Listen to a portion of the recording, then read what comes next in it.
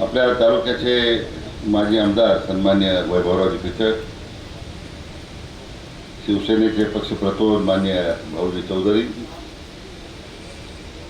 अगस्ती कारखान्याचे चेअरमन सीताराम पाटील गायकर, राष्ट्रवादीचे जिल्ह्याचे अध्यक्ष कपिल पवार,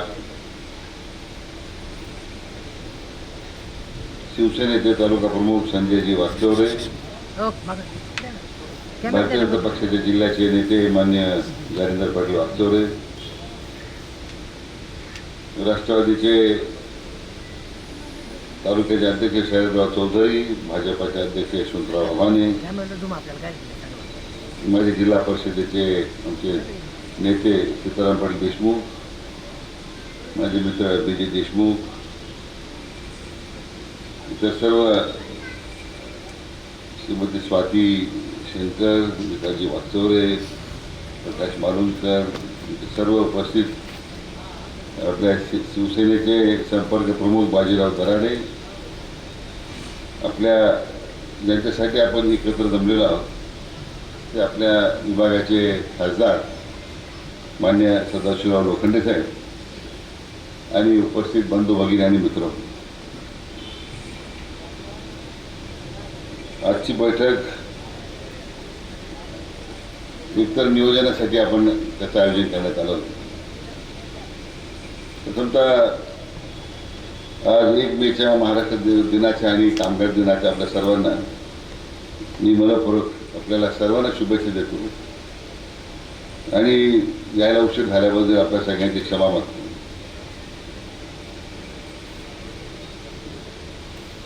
माझ्या अगोदरच्या वक्त्यांनी सदाशिवरावनी वैभवरावनी अतिशय विस्तारानं भाषण केलं. मी काय भाषण करायला आपल्यासमोर उभा नाही. या निवडणुकीमध्ये भारतीय जनता पक्ष, शिवसेना, RPI, राष्ट्रवादी, मनसे, रासपा अशा आपल्या महायुतीचे उमेदवार खासदार सदाशिवराव लोखंडे यांच्या संपर्क कार्यालयाचं उद्घाटन आहे, निवडणूक कार्यालयाचं उद्घाटन आहे. आणि त्यानिमित्तानं आपण उद्याच्या या प्रचार प्रक्रियेमध्ये कसे नियोजन करणार आहोत याची खरं चर्चा व्हायला पाहिजे. आता राष्ट्रीय स्तरावर भाषणं चालू आहे, रोज आपण भाषणं टीव्हीवर ऐकतो, सोशल मीडिया तर काही आपण मागा नाही. इथं बसणारे प्रत्येक जणाकडे सोशल मीडिया व्हॉट्सअप आहे, प्रत्येकाकडे नाही आहे. तिथं आपण रोज आपलं विचारमंथन चालू आहे. परंतु मतदारापर्यंत जोपर्यंत आपण जात नाही तोपर्यंत सगळ्या आदरणीय मोदी साहेबांच्या भूमिकेचा, महायुतीच्या उमेदवाराच्या भूमिकेचा, केंद्र आणि राज्य सरकारच्या योजनेचे लाभार्थी आपण लोकांपर्यंत गेलोच नाही तर आपल्याला ही लोकांपर्यंत माहितीच आपल्याला सांगता येणार नाही. अकोला तालुक्याची जर माहिती काढली, एकूण लाभार्थी आपल्या तालुक्याचे जवळजवळ 1,74,284 आहे आणि जवळजवळ आपण 22 कोटी रुपये आपण त्यांना दिलेले आहेत लाभार्थ्यांना. आता किती लोकांनी माहिती, ज्याच्या खात्यात पैसे जमा झाले तो एक दुसरं स्टेटस ठेवतो. पैसे आपण दिले, आपल्या सरकारने दिले. मी आता आपल्या मतदारसंघाची माहिती काढायला सांगत होतो. एकूण शिर्डी लोकसभा मतदारसंघामध्ये एकूण मतदार किती आपले? किती?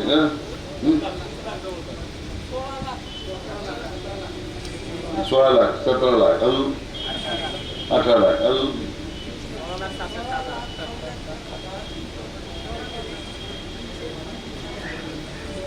नेमके आकडे सांगा. म्हणजे 16 लाख सीताराम पाटलाचं, सीताराम पाटलाकडे दिसतो मला करेक्ट.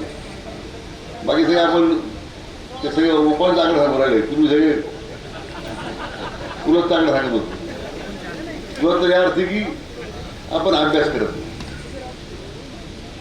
प्रश्न सगळे उघड आहेत, रस्त्याचे प्रश्न आहेत, खड्डे पडले, अमुक झालं, तिकडं जायला इकडं लाईट चालत नाही, 2 टाईप ते आहे ना. आपण आपलं कामच आहे सोडवायचं प्रश्न. आज ही वेळ आली कार्यकर्त्यांची कसोटीची आहे. आज आपल्या मतदारसंघामध्ये शिर्डीच्या एकूण 16,77,335 मतदान आहे. आणि काही योजनेचे मग काही लोकांना डबल योजनेच्या फायदे मिळाले असतील, अतिवृष्टीचे पैसे मिळाले, आयुष्यमान भारताचे त्याला कार्ड मिळाले. असे 18,09,198 लाभार्थी.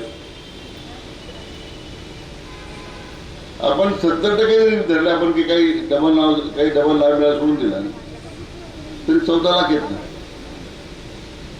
16 लाखापैकी 14 लाख लाभार्थ्यापर्यंत आपलं फक्त जायचं. ते आपण कसं जाणार आहोत याची खरं सूचना तुमच्याकडे अपेक्षित होती. आपण कसं काम लोकांपर्यंत जाणार आहोत.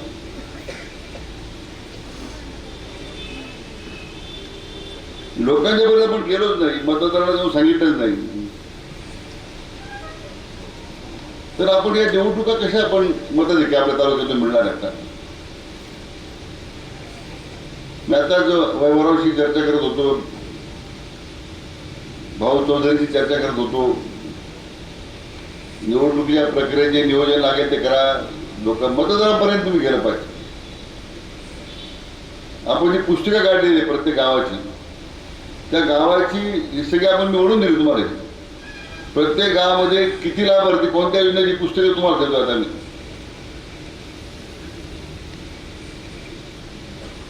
म्हणजे ते फक्त पुस्तके लाभार्थ्यांपर्यंत जायचं आपल्याला. बाबा तुला या मोदी साहेबांच्या सरकारचा एवढा लाभ मिळाला, या योजनेचा 1 रुपया पीक विम्याचा एवढा लाभ मिळाला, आयुष्यमान भारत कार्ड तुम्हाला तुमच्याकडे 5 लाखापर्यंत हे कार्ड मिळालं, हे सांगायचं तुला. फरक एवढाच आहे की आपल्या सगळ्या योजनेचा जो निधी जातो लोकांना तो ऑनलाईन जातो, डीबीटी थ्रू जातो, डायरेक्ट बँक ट्रान्सफर होतो. त्यामुळे त्या योजनेचे मत रोखलं राहिलं नाही, कारण लोकांच्या खात्यात परत पैसे जमा होतात. लाभार्थ्याला वाटतं काय घरी बसले पैसे कोणामुळे आले, योजना कोणाची, त्यासाठी काय प्रयत्न करण्यात आले हे तर आपल्याला सांगावं लागेल की नाही. 2 वर्ष या राज्यामध्ये महाविकास आघाडी सरकार होतं, कोविडचा कालावधी होता. पुष्कळ उद्धव ठाकरेपासून पवारांनी घोषणा केली आम्ही सगळ्यांना लसीकरण करू. एक मला म्हणून दाखवायचा तालुक्यातला की ज्याला या महाविकास आघाडीकडून लस मिळाली त्यांनी घेतली आहे का म्हणून एक उदाहरण सांगा मला तुम्ही. मोदी साहेबांनी 1 महिना वाट पाहिली, तेव्हा त्याच्या लक्षात आलं की दोघांचं आटपलेलं आहे, यांच्या नात्यावरून मजा नाही, जनता हवालदिल झालेली आहे. त्यांनी स्वतः हस्तक्षेप केला, मग ते काचाला उडून मान तुम्ही सगळे. आज 100% लसीकरण 1 नाही 2 डोस आदरणीय मोदी साहेबांनी दिले म्हणून आपण सगळीकडे बसतो. हे आपल्याला जनतेला सांगावं लागेल. तो काही निवडणुकीचं काळ नव्हता, त्या काळामध्ये 2च योजनेची माहिती सांगणार आपल्याला. 80% जनतेला मोफत धान्य द्यायची योजना आहे.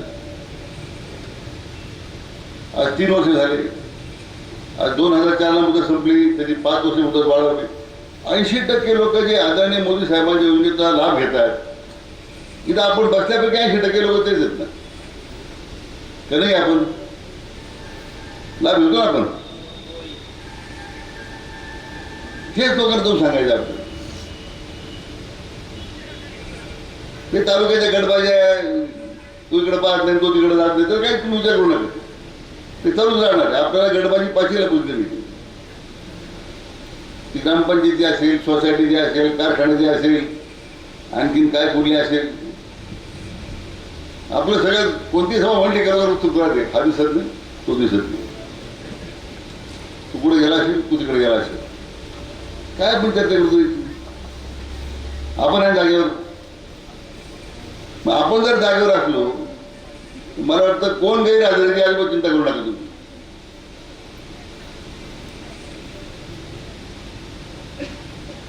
त्याच्या अडचणी असतील, काही कारण असतील, ते पाहतील, नेते मंडळी पाहतील ना काय करायचं. तुम्ही आम्ही जे कार्यकर्ते आहोत, आमचं काम आहे घरापर्यंत जाऊन लोकांना समजावून सांग, लोकांशी बोलणं. लोकांना आता महिला भगिनी एवढ्या मोठ्या संख्येने हजर आहे. जिल्हा परिषदेच्या गटाची आखणी करा, प्रत्येक गट वाढून द्या प्रत्येक पक्षाच्या अध्यक्षाला, तालुक्याच्या अध्यक्षाकडे बसा तुम्ही. उद्यापासून निघा गाड्या घेऊन जा घरोघर. हँडबिल दिला तर आज उद्याकडे हँडबिल येऊन जातील आपल्याकडे. लोकांचे प्रश्न समजतात तुम्हाला, मग कुठं लाईटचा प्रॉब्लेम आहे, कुठं गॅसचा प्रॉब्लेम आहे, कुठं टँकर जात नाही, मग लगेच आम्हाला माहिती मिळते. आपण ताबडतोब कारवाई करू. लोकांपर्यंत जोपर्यंत जाणार नाही आपण तोपर्यंत त्याची त्या मतदाराच्या मनात काय खतखत आहे ती समजणार नाही ना आपल्याला. आणि म्हणून ही निवडणूक ही विषय आपल्या तालुक्यामध्ये 3 उमेदवार आहेत. तुमच्यावर आता महायुतीच्या कार्यकर्त्यांवर तर जास्त जबाबदारी.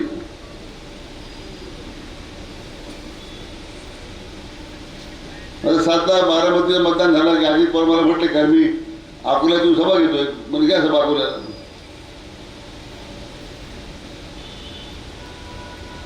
ते स्वतः मला म्हटले मी अकोला येऊन सभा घेतो. काय म्हटलं साहेब तुझा अधिकार आहे, तुला आलं पाहिजे. त्या निमित्तानं तुमच्यावर सगळे हजर करत दिसते बघ.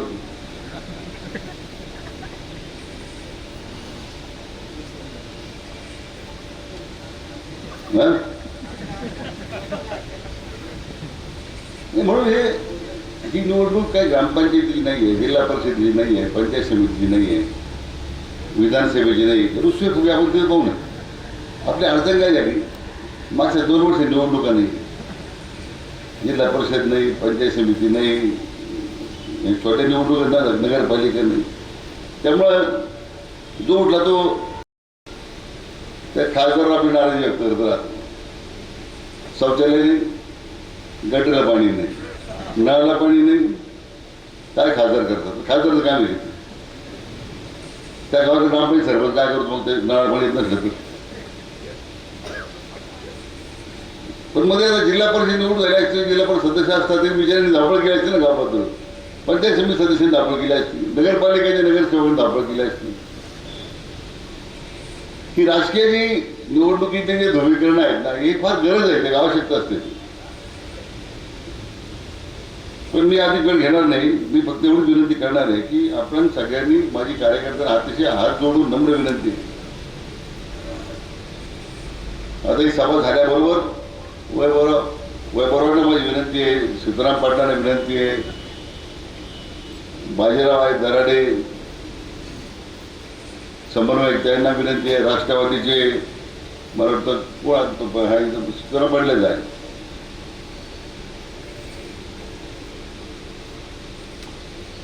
रिपाईचे कोणी असतील पदाधिकारी, मनसेचे कोणी असतील, तुम्ही आता इथे बसा एकत्र. आज संध्याकाळपर्यंत नियोजन करा तुम्ही बसून. जरा काय तुमच्या होईल थोडी खरं होऊ द्या.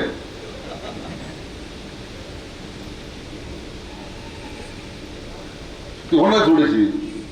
गाड्या कमी जास्त पडल्या ते मग यांना 2 गाड्या दिल्या, आमची काय किंमत केली. निवडणूक आता 7-8 दिवसाची निवडणूक आहे.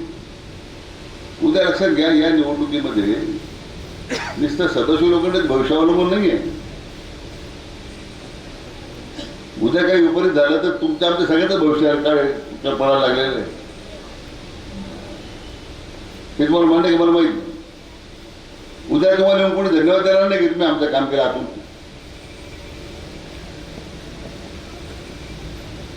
आज मोदी सरकारचं या ठिकाणी आदरणीय मोदी साहेबांचे उमेदवार आहेत, लोखंडे महायुतीचे उमेदवार आहेत. लोखंडे साहेबांमध्ये आदरणीय मोदी साहेबांना मतदान आहे. आणि म्हणून आपल्याला अतिशय उद्याच्या या सगळ्या तालुक्याच्या विकासाकरता, तालुक्याच्या मध्ये योजना आणण्यासाठी, वेगळ्या कामं करण्यासाठी शेवटी सरकार महायुतीचं राज्यामध्ये आलं आहे. महायुतीच्या माध्यमातून पुष्कळ आता निधी आपल्या तालुक्याला आला. आणि त्याच महायुतीचे उमेदवार सदाशिवराव आहेत. म्हणून माझी आपल्याला अतिशय मगाशी म्हटल्याप्रमाणे नम्र विनंती आहे की किंतु परंतु यासाठी राजी नाराजी काढून टाक.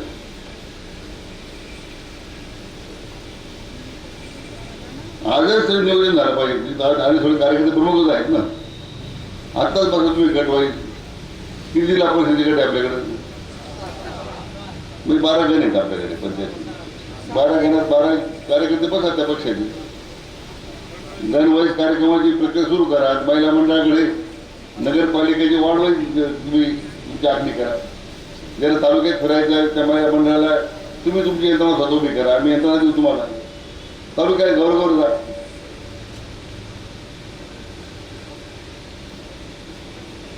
आता भोंगे गाड्या सुरू झाल्या. मला कुठं भोंगे गाड्या सुरू झाल्या. ते निवडणुकीमध्ये ती प्रक्रियाच असते नाही वाजूत राहणं.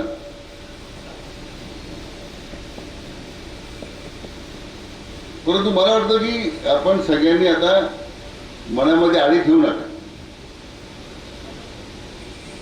आणि महायुतीचे आपले उमेदवार सदाशिवराव लोखंडे यांच्या दृष्टीने आपल्याला जे काम करायचं आहे. कारण ही निवडणूक ही खरं हिंदुत्वाचा याच्यामध्ये आपल्याला मुद्दा फार महत्वाचा आहे. तुम्ही जर व्हॉट्सअप पाहिले ज्या पद्धतीने सर्क्युलेशन चाललंय. आज देशाची पाठराखण आदरणीय मोदी साहेब जे करत आहेत. आज कोणी भाषण सुरू करणार नाही. आपण सगळे शून्य लोक आहोत. उद्याच्या तुमच्या आमच्या देशाच्या भवितव्याच्या दृष्टीने एक एक खासदार निवडून जाणं महत्वाचं आहे. आणि म्हणून आपल्याला माझी विनंती आहे की आपण माननीय आदरणीय मोदी साहेबांचे आपले उमेदवार महायुतीचे उमेदवार खासदार सदाशिवराव लोखंडे धनुष्यबाणापुढे बटन दाबा. त्यांना प्रचंड मते देखील निवडून द्या ही विनंती करतोच. परंतु तुम्ही प्रमुख कार्यकर्ते तालुक्यातून जे आलेले आहात. तुमच्या घनाची गावची जबाबदारी तुम्ही आजपासूनच घेतली पाहिजे. लोकांपर्यंत गेलं पाहिजे. अकोला तालुका शिर्डी लोकसभा मतदारसंघामध्ये सदाशिवराव लोखंडेंना सगळ्यात जास्त मताधिक्य असणारा तालुका ठरला पाहिजे अशी माझी आपल्या सगळ्यांनी विनंती. मनापासून सगळ्यांना धन्यवाद देतो. थांबतो. जय हिंद, जय महाराष्ट्र.